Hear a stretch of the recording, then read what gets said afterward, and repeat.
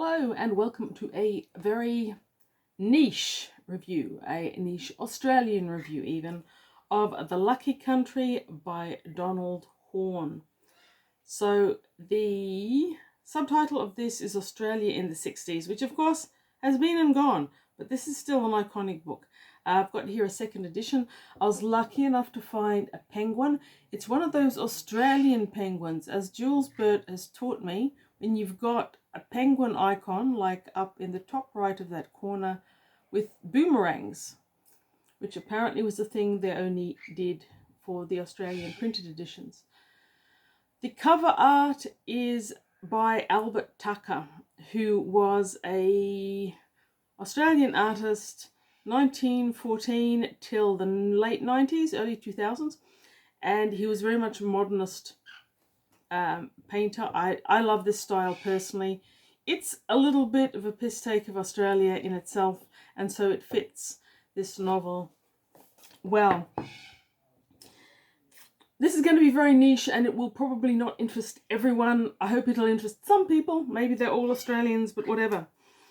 So The Lucky Country is one of those books that everyone has heard about and everyone thinks they know without necessarily having read. So I decided to read it. The Lucky Country as a phrase is a phrase that is being quoted and misquoted and is part of Australian culture and iconography.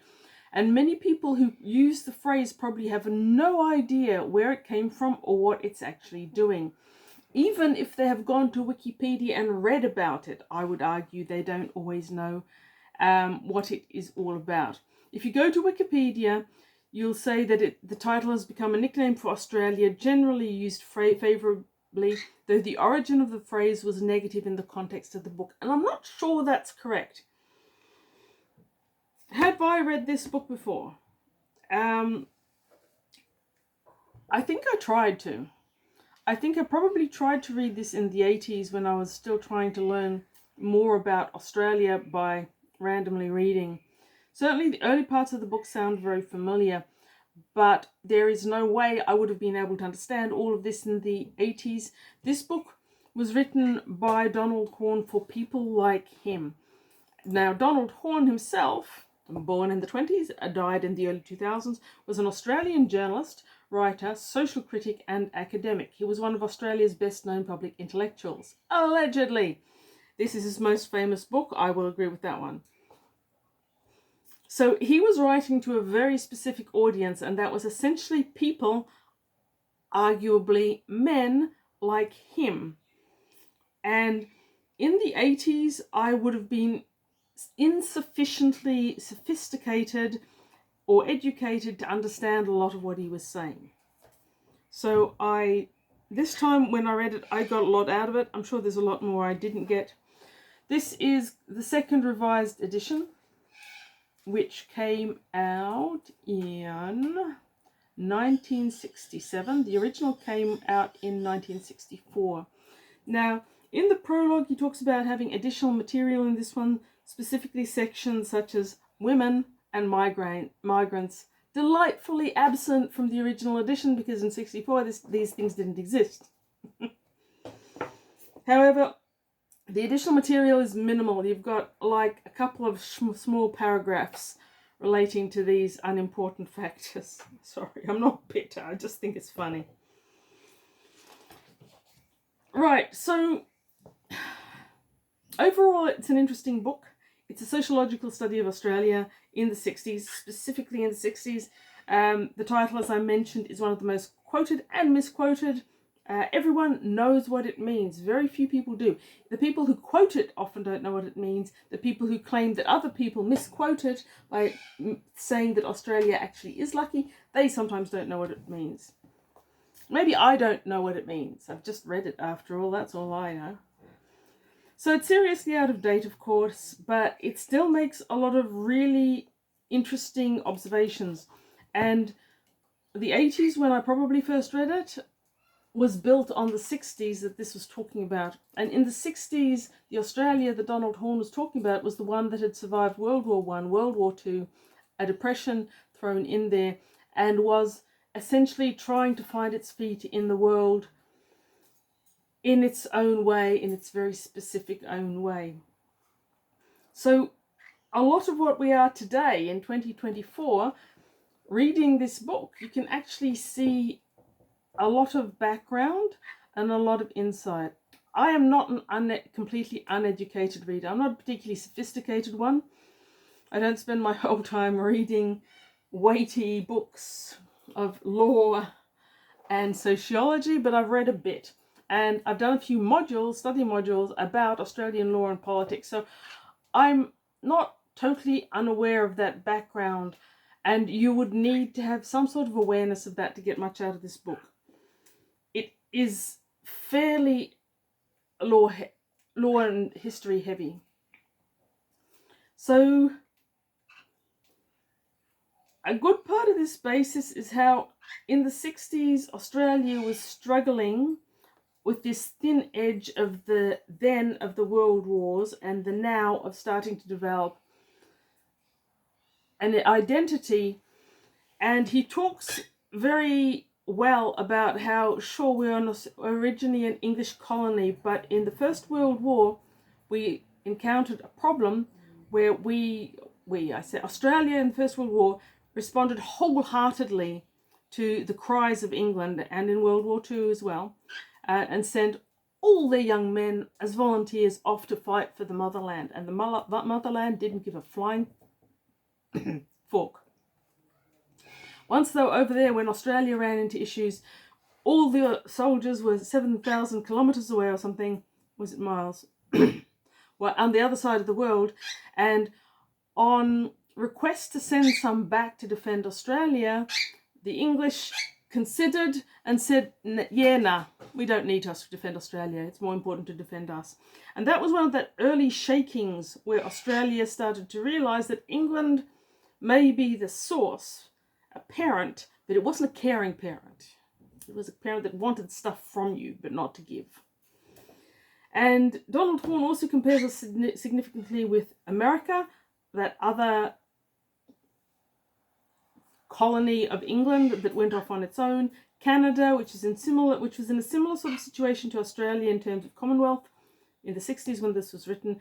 He also looks at Japan and our position in Asia. So he looks at a lot of things that were unique, interesting, and unusual for the 60s, and now a lot of what we take for granted or we have entirely forgotten. And that's an interesting part. So, what have I said? In the early book, part of the book, the parts that I remember where he's trying to draw a frame of reference for Australia to the rest of the world, and he's comparing the distance from Melbourne to Sydney to European standards, or from Perth to Sydney to European standards, which is basically the whole of Europe essentially. So a lot of that stayed with me in terms of distance and the disparity of distance that Australia has to work with that isn't similar to any of the other countries it came from or is similar to. Now, in those early chapters, Horne was exhibiting a fair sense of humour, irony, and a turn of phrase that was a lot of fun. So on page 17, for example, I've got a quote: "Much of its public life is stunningly bad, but its ordinary people are fulfilling their aspirations, and this is a rare thing for ordinary people to do." And this is the central concept of his book. Australians, as he saw them in the 60s, were essentially very easygoing, had a very good life in terms of material possessions, quality of life, availability of recreation, and so forth. And those aspirations that he's talking about, that quality of life, are what many other parts of the world would aspire to but may never actually achieve. Certainly the ease of life and the easygoingness of attitude that goes with it is unique to Australia from what he's saying, and completely dissimilar to Europe. Now, I think Donald Horne's personal background came into this a lot. He was an editor of the Bulletin, Observer Quadrant, etc. All these very specific niche publications. And he had travelled. He talks about travel to Asia and what Asia thinks of Australia and Australia's position in Asia, which is important in the 2020s, but was virtually non-existent in the 60s. He also talks about the centres of civilization in Australia. He talks about Australia as a suburban country where the majority of people live suburbanly, not urbanly or not rurally. Donald Horne himself was a Sydney-sider. He was in New South Wales. I don't know if he was born there, but he was steeped in Sydney culture, attitude and way of thinking. This comes through really strongly now. I'm not sure I would have picked that up when I was young because I'd lived in Sydney and Melbourne both, and I just took them in as they came. But Melbourne and Sydney are very different in their attitudes, and this just screams Sydney in your ear. He also completely bypasses the fact that the majority of Australia in terms of landmass is not urban at all. And in the 60s, there wasn't really urban life that there is today. We're seeing a social shift where people moved from the urban centre to the suburbs and are starting to move back again. That's something that you see all over the world, and it's happening in Australia as well. But we are still essentially, I would agree, a suburban culture. Now, on the topic of Australians and their average quality of life and their availability, on page 38 he makes an excellent point that a Russian from 1970s encountering Australia cold with no knowledge might well assume that a people's revolution had occurred in Australia successfully, because the cult of egalitarianism in Australia has always been so high, and that rugged independence of Australia is in fact a lot of what people's revolutions claim to be aiming for. Whether they actually are or not is different. So throughout this book, Horne seems to be struggling between an admiration for this Australian easygoing style, the self-made, the give it a go attitude, and a complete and utter contempt for it that seems to source from the fact that he obviously has been to England, or in his words, Europe, and was steeped in that culture of which many things he seriously admires. The depth of the arts and literature culture, for example, and the structured politics and business seem to be things that he all thinks we need here. And because Australia is very different, he seems utterly full of disdain for what is actually here. So that was kind of interesting. Now, a couple of other bits in page 93. What chapter would that have been? That would have been one of the early chapters, wouldn't it? That he was talking about. The book is very well structured, by the way, in terms of chapters and subsections. You can definitely see what he's getting at. Okay, so this is chapter 3, Senses of Difference, where he talks about the 11 cities. He talks about the bush and largely dismisses it because not very many people live there, even though Australian subcultural self-consciousness, self-awareness is deeply steeped in the bush. He calls that an artificial, a sentimental and artificial affectation, he seems to think it. Okay, he talks about wowzers, religion, Catholic snobs, cultural breakthroughs, blah, blah, blah. So on page 93 of that, he talks about the treatment of widows is just plain mean in this country, where they receive an inadequate pension and basically don't have enough to live on. Same goes for being old. He calls the greatest disaster in Australia that can occur to you is growing old, because at that point you have no insufficient pension to live on and the country basically leaves you to rot. Amazing how few things have changed there from the 60s to the 2020s. And shortly after that, he starts talking about the unions, which, oh my dear, he does not like the unions. He doesn't much care for communism either, and most Australians didn't and often still don't like the unions or communism. Australia, I've always known, had this weird checkered past of paranoia about communism, but the sections here about the unions for the first time explain to me why. Communism was apparently steeped throughout the unions and throughout political aspects of society. Now, oh yes, one quote that I truly loved from the early chapters was where he's talking about the lack of culture and the lack of social life. Men stand around bars asserting their masculinity with such intensity that you half expect them to unzip their flies. That's chapter 36. It's really funny. And I think any Australian will laugh about that. Okay, so having set the background of the politics, he also talks about how Australian politics, the federal and the state politics, are a mess. And part of that he describes as being because essentially our main constitution and federal structure comes straight from the United Kingdom. It's English in export. And then we've got the state legislation draped over the top, and the state legislation is more similar to America. I think anyone who's politically aware in Australia today knows that the federal versus state is one of our worst detriments. It stops things from happening. It stops things from working. It is a mess. None of it makes sense. It produces dozens of layers of politics that are not necessarily useful and don't necessarily do anything. One final word about the Australian Constitution from page 176, which I really liked. Because the Australian Constitution is a terse and extraordinarily uninteresting document that does not hold any great truths to be self-evident, it's largely ignored. I've read our Constitution. He's dead on the money there. So the early parts are actually a lot of fun and make a lot of good points. We bog down a little bit when we reach chapter 7, when he starts talking about politics. So chapter 7 and chapter 6, if I remember correctly, let me just have a look here. So chapter 1 is the Australian dream, and that's kind of fun. It's just describing what we are as he sees it. 2, what is an Australian? Senses of difference. Chapter 4 is between Britain and America. That's where we're talking about provincial Australia, looking to Britain, looking to America, and a republic, which never happened yet.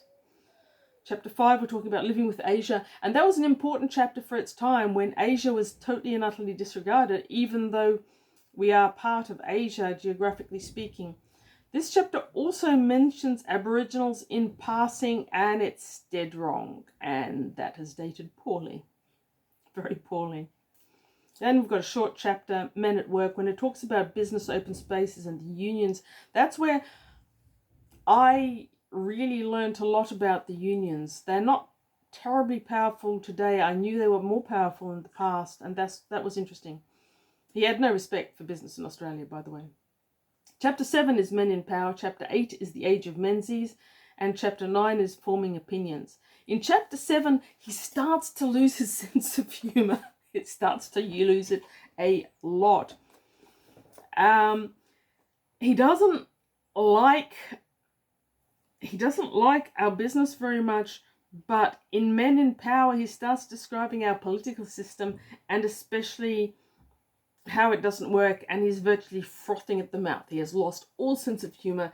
He abuses everything. I'm not saying he's always wrong. He's often informative, but he's not always easy to read, because the things he's focusing on have been and gone. And while it's useful to know what they were, and we're based on what they were, it's still not great, and there's a lot of it.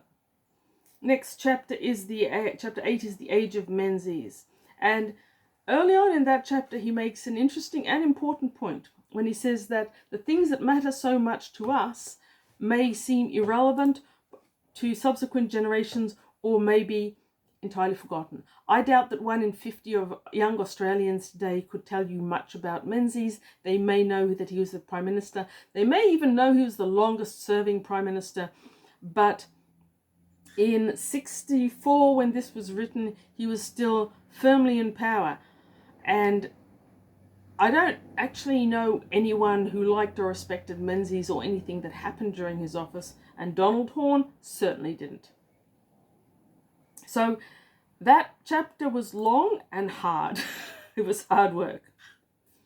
By chapter 9, Forming Opinion, Horne's recovered a little bit from his frothing at the mouth about Menzies, but he's still pretty bitter about censorship, schools, universities, teachers, academics, the press, and this is pre-Murdoch Fairfax. So the fact that he was angry at the press even then, I suppose he was an editor of periodicals, so it makes sense, but yeah, you know. Intellectuals. He was recovering his equanimity a little bit, but he still is... His notions about Australia's literary identity are unique, his own, I guess. They're very Sydney, they're very, very urban. I guess most Australians know that the bush ballads of the late 1800s and 1900s are essentially English, and they're essentially an English aesthetic trying to romanticise the Australian bush. So they're creating poems and viewpoints that are English, only with the bush as a backdrop. And sometimes that worked pretty well, but a lot of them didn't. And it also made me think significantly about people like Randolph Stowe or Nyland, the authors that wrote in a British way but in Australia. Some of them are fantastic. It's like Tourmaline by Randolph Stowe is a favourite of mine. But A Picnic at Hanging Rock that Buddy read and reviewed with Chris is an example, from Liminal Spaces, is an example of that era. And it was important for me, I think, to read this book to know more about that era and where that literary trend came from. But he was uncomplimentary, and I think he went over the top about how horrible all of this is, because his summary in the last chapter 10, The Lucky Country, is essentially saying he goes back to that confusion that he has. It's like, on one hand, he really does like and respect the Australian easygoing methodology, the self-made individual, the reliance on self, and the willingness to take things as they come. He clearly admires that, but at the same time, he clearly hates it and bitterly wants us to be more like England or more like America, and sometimes more like Japan. It's like he had a real issue with Australia as it stands, and probably, I guess, a lot of Australians of that era especially. I mean, my parents just left. They went to Europe, real Europe, England as well, but Denmark and other places, in order to expand their knowledge of art, literature, and all that. They came back. Most Australians come back because even though you have more of so much back in England or over in Europe, there's something about the Australian lifestyle that is very easygoing, and once you're used to it, it's hard to do without. So, Donald Horne, a deeply conflicted man in what he believed and wanted to believe, I think. Chapter 10 is a short summary of the lucky country. His conclusion is that we are lucky by accident, not through any fault of our own, and certainly not by any action of our own. Our politicians, he says, are lazy. Yeah. Our political system inefficient. True. Our business moribund. Frequently. Some of what he predicted would happen, such as most of our business going overseas or being taken over by foreign concerns. Quite right. Some of the things that he foresaw about our literature and our individuation are completely wrong. I think that by now Australia is a real part of the world, and our artistic and literary and educational life are very individuated, and I don't think he saw that coming. He ends on an attempt at an up note after all that bile and fury, as saying that we are still a lucky country and that we're going to give everything a go. So yes, if you're still watching, you're probably either Australian or very, very kind to my channel, because this is very much an Australian book and it has dated. If you want to know where Australia comes from the 60s, I believe this is still a book on the curriculum of several educational facilities. I am very glad I read it. It was not an easy read by any stretch of the imagination, but it was well worthwhile and it is well written. Thank you for watching. Read good books.